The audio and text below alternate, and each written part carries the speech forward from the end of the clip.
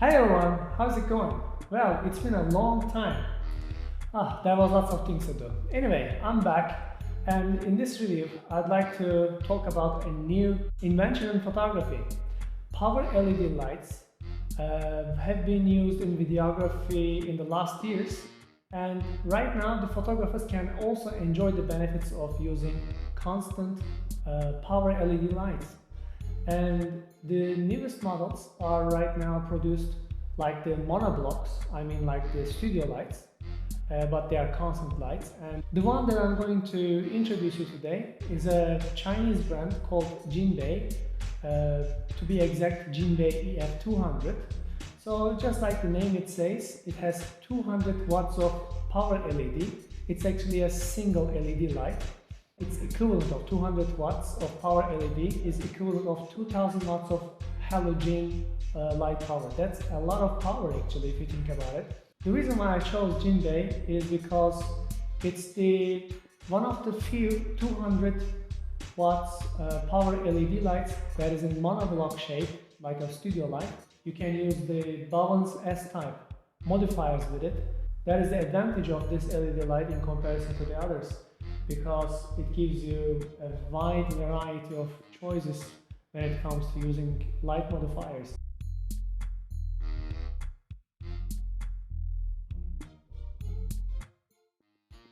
The light has a very robust metal case, and it has its own umbrella adapter, which is also made of metal and very robust.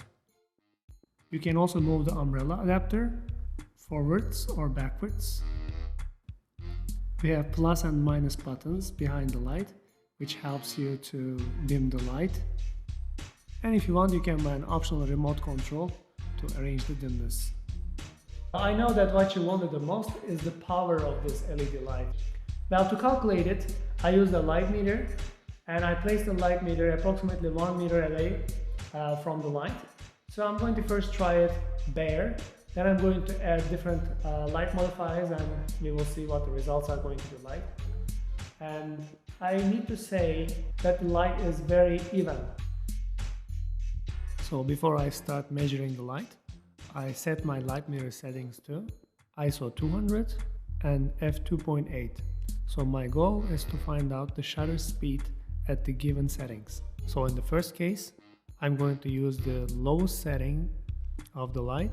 So at the lowest setting, it gave a shutter speed of 100 of a second. At the highest setting, it gave 1000 of a second. With this large softbox, we have 250th of a second. But there's one thing I need to note, that inside the softbox, there's a metal piece which acts as a deflector. So it actually blocks the light as if it was a beauty dish, plus the diffuser. By the way, if I set the aperture to f1.4, the shutter speed this time would be 1000 of a second. Let's change our light modifier, and this time let's use a very reflective umbrella. Since this umbrella is very reflective, we have 500 of a second at 2.8. If we used an aperture of 1.4, then we would have 2000 of a second. Let's place a diffuser on the softbox to see the result. This time we have 200 of a second. If we changed our ISO to ISO 400, then we would have 1000 of a second. In these days, using ISO 400 is very common, and no one is going to be bothered with that. I think this was too technical. Let's now all together watch a dog that dances salsa.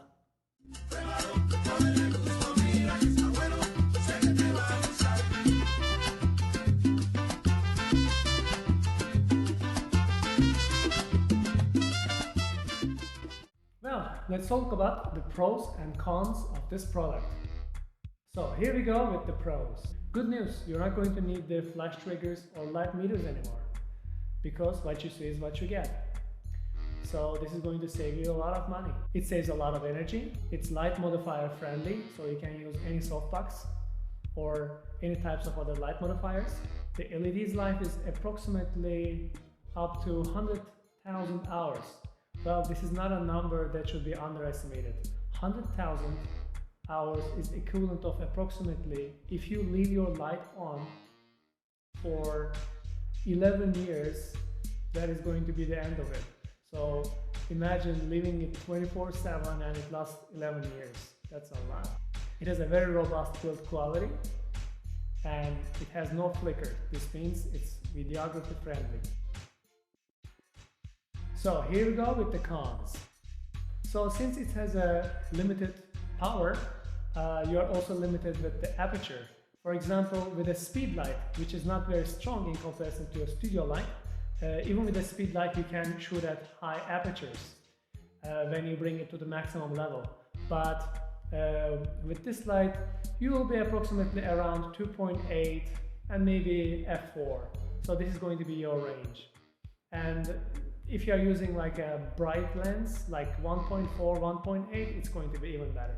Well, this has no battery. This means you need to plug it in, just like any studio light out there.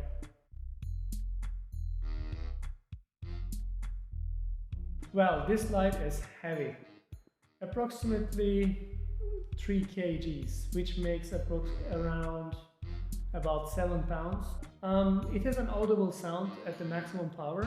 That might be an issue if you have the camera and the light so close to each other. If you are recording the voice with an extra gadget or anything like that, so this is not going to be a problem. But I also need to say that the sound is not really bothering. It's a very, very low level sound, I need to say. Well, tell me what you think about this new LED technology. Would you consider giving up your studio lights and exchange them with the concert light? Well, comments below. And it's a bit expensive. Actually, it's not even expensive. So tell me what you think about, by the way, are we on even? Thank you everyone for watching this video. I hope you enjoyed it. And if you have any questions or if you have any comments on it, you're welcome. And please subscribe, comment and share.